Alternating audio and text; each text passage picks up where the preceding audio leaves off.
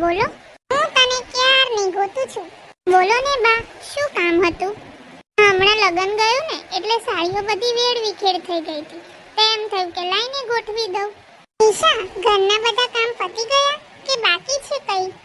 હા બા, ઘરના બધા કામ પતી ગયા છે. અને હું એમ કહેતી હતી કે આજે સાંજે સંધ્યાબેનના ત્યાં જવાનું છે.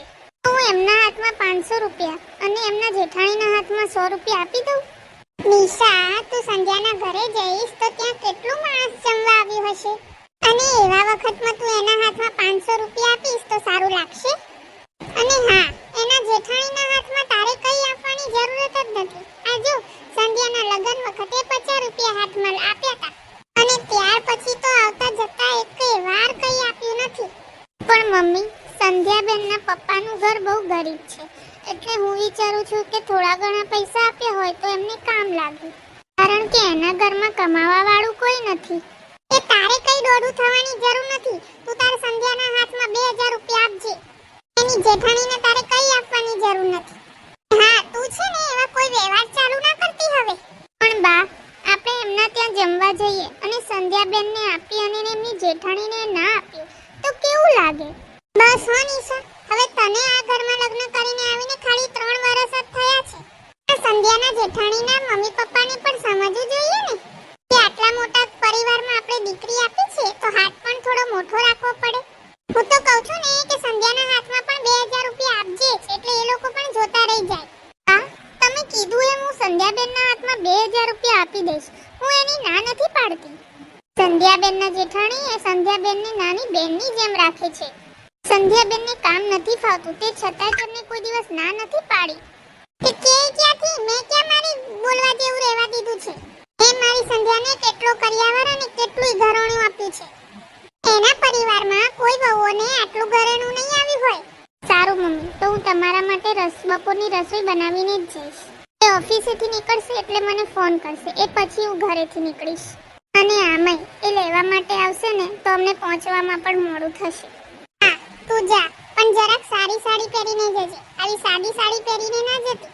સંધ્યાને કોઈ આંગળી ચીંધે એવું ના કરતી. અને સાંભળ, સંધ્યાને કાજુ કતરી બહુ જ ભાવે છે, તો તું લેતી જજે. અને એને કહેજે કે એના રૂમમાં જ રાખે, નહીં તો બીજા બધા ખાઈ જશે ને તો એના ભાગમાં કંઈ નહીં આવે. સારું મમ્મી, 5:30 જેવું થઈ ગયું છે, તો હું તૈયાર પણ થઈ જાઉં અને તમારી રસોઈ પણ કરી નાખું. અરે ના ના, અમારી રસોઈ કરવાની જરૂર નથી.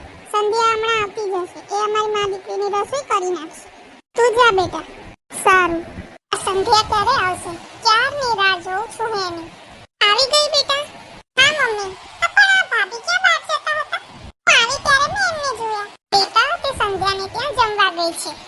સારું બેટા, જાને તને જે ભાવતું હોય તે આપણા બંને માટે જમવાનું બનાવી નાખે. હા મમ્મી, હમણાં બનાવી દઉં, થોડી વાર પછી. પહેલા હું ફ્રેશ થઈ જાઉં. હા બેટા. અરે સંધ્યાબેન, આવો આવો, બેસો. સંધ્યાબેન, તમે કેમ રડો છો? શું થયું તમને? હા, જા તો પહેલા તું એના માટે પાણી લઈ આવતો. મારે પાણી નથી પીવું. પણ બેટા, શું થયું? તું કહે તો ખરી, કેમ રડે છે તું? સંધ્યાબેન, તમે કંઈક વાત તો કરો, નકરું રડ્યા જ કરશો. બસ હવે તું શાંતિ રાખ ને, હું પૂછું છું ને. સંધ્યા, શું થયું અને કેમ આટલું બધું રડે છે? આંડીને વાત કરને બેટા. મમ્મી, મારે ત્યાં સાસરે નથી જાવું, ત્યાં મને બધા બહુ હેરાન કરે છે. ના ના સંધ્યાબેન, એવું કાંઈ નથી. હું કાલે ત્યાં જમવા આવી ત્યારે મેં મારી નજર જોયું હતું કે એ લોકો તમને બહુ સાચવે છે. ભાભી, તમે ખોટા એમના વખાણ ના કરો. તમને શું ખબર કે મારી જોડે શું શું થાય છે? તમે ત્યાં રહો છો કે હું ત્યાં રહું છું? નિશા, તું તારું મોઢું બંધ રાખ. સંધ્યા, કે તો બેટા, બધી વાત મને કર. શું થયું છે ત્યાં? મમ્મી, મારા જેઠાણી અને મારા સાસુને હું નોકરી કરું છું ને એ નથી ગમતું. અને સૂરજ તો જ્યારે હોય ત્યારે એવું જ કયા કરે છે કે તું મારા મમ્મીને અને ભાભીને ઘરકામમાં મદદ જ નથી કરતી. મમ્મી, ગઈકાલે ઘરમાં કેટલા મહેમાન આવેલા, તોય મેં રાત્રે છેક સુધી કામ કરાવ્યું, તોય એમ કહે છે કે તું ઘરકામમાં મદદ નથી કરતી. મમ્મી, સવારે તો એવું કીધું કે આજે રજા રાખ, ઘરમાં મારે કામ છે અને મદદ કર. અને મમ્મી, રિદ્ધિ ભાભી પ્રેગ્નન્ટ છે ને તો હવે મને નોકરી મૂકી દેવાનું કહે છે. અરે આવું તો કઈ થોડી ચાલતું હશે. લગ્ન પહેલા જ મેં શરત મૂકી હતી કે લગ્ન પછી તને નોકરી કરવા દેવાની છે, અને હવે તને એ લોકો ના પાડે છે. ખરી ગયા વાતમાં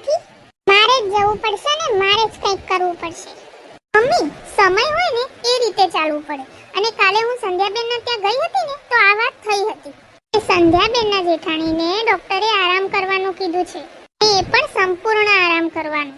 સંધ્યાબેનના સાસુથી કદાચ ઘરકામમાં કામ થાય નહીં એટલે કદાચ એમને નોકરી મૂકવાનું કીધું હશે અને ઘરકામ કરવાનું કીધું હશે. વાહ ભાભી વાહ, મને મારા કરતા વધારે એ લોકો વાલા લાગે છે. અને મમ્મી, મને તો એવું લાગે છે કે મારા ઘરમાં મારું કોઈ નથી આ પોતાનું. ના સંધ્યા, તું ચિંતા ના કર, આ ઘર હજુ મારું છે એટલે કોઈએ વચ્ચે બોલવાની જરૂર નથી. એ નિશા, તું જા અંદર અને ઘરના કામ કર. તારે આ ઘરમાં કોઈ વહીવટ કરવાની જરૂર નથી. પણ મમ્મી, ચૂપ, તને કીધું ને ઘરમાં જઈને કામ કર. મમ્મી, મને મારા સાસરીમાં બધા કામવાળીની જેમ રાખવા માંગે છે.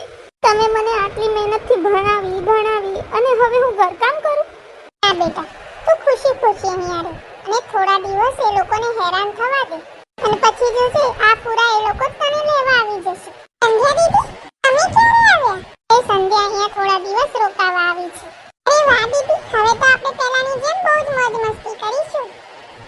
તમે જ્યારથી સાસરે ગયા છો ને ત્યારથી હું બહુ એકલી પડી ગઈ છું. હવે તો જ્યાં સુધી હું ના કહું ને ત્યાં સુધી તમારે નથી જવાનું. સારું, તું કહે ને એમ જ. હવે ચાલ અંદર ચાલ, ફ્રેશ થઈને આવું. હા ચાલ. મમ્મી, તમે સંધ્યાને કેમ કઈ સાચું ના કીધું? બેટા, એને મેં એટલા માટે ના કીધું કેમ કે હજુ નાની છે. મેં એને આ બધી વાતોથી દૂર રાખીએ તો સારું. સારું મમ્મી, હવે મારા સાસરેથી ફોન આવે ને તો તમે તમારા હિસાબે જવાબ આપી દેજો. સારું સારું બેટા, તું ચિંતા ના કર. આ તારી માં બેઠી છે ને હજુ, તું સંભાળી લઈશ. સંધ્યા દીદી, મમ્મી, તમે બંને ચાલો જમવા બેસી જાઓ. હું અને ભાભી રોટલી બનાવીએ છીએ. તું શું કામ રોટલી બનાવીશ? ભાભી રોટલી બનાવી લેશે, તું મારી પાસે બેસ. તમે અને મમ્મી જમી લો, હું ભાભી સાથે જમી લઈશ. દીદી, હું તો ભાભીને રોજ મદદ કરું છું. ચાલ ને આપણે જમી લઈએ, એ તો એને રોજ મદદ કરે છે. મમ્મી, તમે ભાભીને બહુ ચડાવો છો હો? બસ હવે મૂકી બધી લપ, ચાલ જમવા. અંજના, ભાભી ક્યાં ગયા? મમ્મી માટે ચા બનાવતા હશે. અને તું શું કરે છે? આ થોડી સફાઈ કરું છું. છે ને, આ બધું જ મૂકી દે. ચાલ આપણે બાજુના મોલમાં જઈએ. આઈએ દીદી, થોડી વાર પછી. પહેલા થોડું કામ છે ને એ પતાવી લઉં. સારું થયું મમ્મી તું આવી ગઈ. તે અને આ સંજનાએ થઈને ભાભીને સાવ આળસુ બનાવી દીધા છે. ના ના બેટા, એવું કંઈ નથી. મમ્મી, હું જ્યારની આવી છું ને ત્યારની જોઉં છું તમે અને સંજના બંને ઘરના કામ કરો છો. ને ભાભી તો જલસા કરે છે, જલસા. છે ને, આ ભાભીનું સાસરું છે, પિયર નથી. ભાભી, બોલવામાં જરા ધ્યાન રાખજો. તમે જે ઘર મૂકીને આવ્યા છો ને એ તમારું સાસરું છે, પિયર નથી. એમ સાચું કીધું એટલે કડવું લાગ્યું ને? નિશા, અરે સંધ્યાને એક પણ શબ્દ નથી બોલવાનો. સંધ્યાને આ ઘરમાં બોલવાનો પૂરેપૂરો હક છે. મમ્મી, તમે મને એક વાતનો જવાબ આપશો? જેમ સંધ્યાબેન એ ઘરના વહુ છે ને એમ પણ હું આ ઘરની વહુ જ છું. તો મારે આ ઘરનું બધું કામ કરવું પડે, બરાબર ને? બરાબર ને સંધ્યાબેન? હા, તું આ ઘરની વહુ છે એટલે આખા ઘરની જવાબદારી તારા ઉપર જ હોય. સંધ્યાબેન, મમ્મી મારા સાસુ છે તો એમને મારી પાસે કેટલી અપેક્ષા છે? હમણાં એને જવાબ આપ્યો ને કે ઘરની બધી જવાબદારી વહુ ઉપર હોય. એમ તમે પણ એ ઘરના વહુ છો તો શું તમારી સાસુ અને તમારી જેઠાણીને તમારી પાસેથી અપેક્ષા ના હોય? ને મમ્મી, હું જેટલી પણ વાર સંધ્યાબેનના ઘરે રોકાવા ગઈ છું ને એટલી વાર મેં જોયું છે સંધ્યાબેનને દીકરી કરતાં પણ વિશેષ રાખે છે. સૂરજકુમાર સવારમાં 8 વાગે ઉઠે છે તો સાથે સાથે સંધ્યાબેન પણ 8 વાગે જ ઉઠે છે અને સૂરજકુમારનું ટિફિન એમના ભાભી અને એમના સાસુ બનાવે છે. સંધ્યાબેને તમને એક વાત નહીં કીધી હોય કે જ્યારે તે ઓફિસેથી સાંજે ઘરે આવે છે ને તો એમની રસોઈ તેમના જેઠાણી અને તેમના સાસુ તૈયાર રાખે છે. કેમ? હા, તો હું નોકરી કરું છું. ઘર અને નોકરી સાથે ના સંભાળી શકાય. સંધ્યાબેન, તમને ખબર ના હોય ને તો હું તમને કહી દઉં, તમારા કરતાં પણ મોટી પોસ્ટ ઉપર કેટલીય સ્ત્રીઓ નોકરી કરે છે પણ એ ઘર, છોકરા અને બધું સાથે લઈને ચાલે છે. તમે તો જેમ તમારા પિયરમાં રહેતા હતા ને એમ જ તમે તમારા સાસરિયામાં રહો છો. જેમ તમને તમારા મમ્મી કામ કરે એ નથી ગમતું ને એમ સૂરજકુમારને પણ એમના મમ્મી કામ કરે ને એ ના ગમે. સંધ્યા, નિશાની વાત સાચી છે. આ વાત હું પણ તને 1-2 દિવસમાં સમજાવીને તારા ઘરે મોકલવાની જ હતી.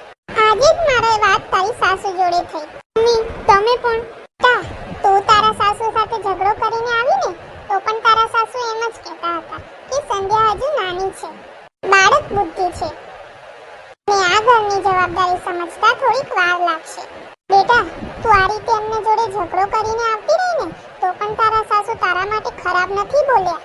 સંધ્યાબેન, કયું ઘર એવું હશે કે જ્યાં માથાકૂટ નહીં થતી હોય, ત્યાં ઝઘડા નહીં થતા હોય?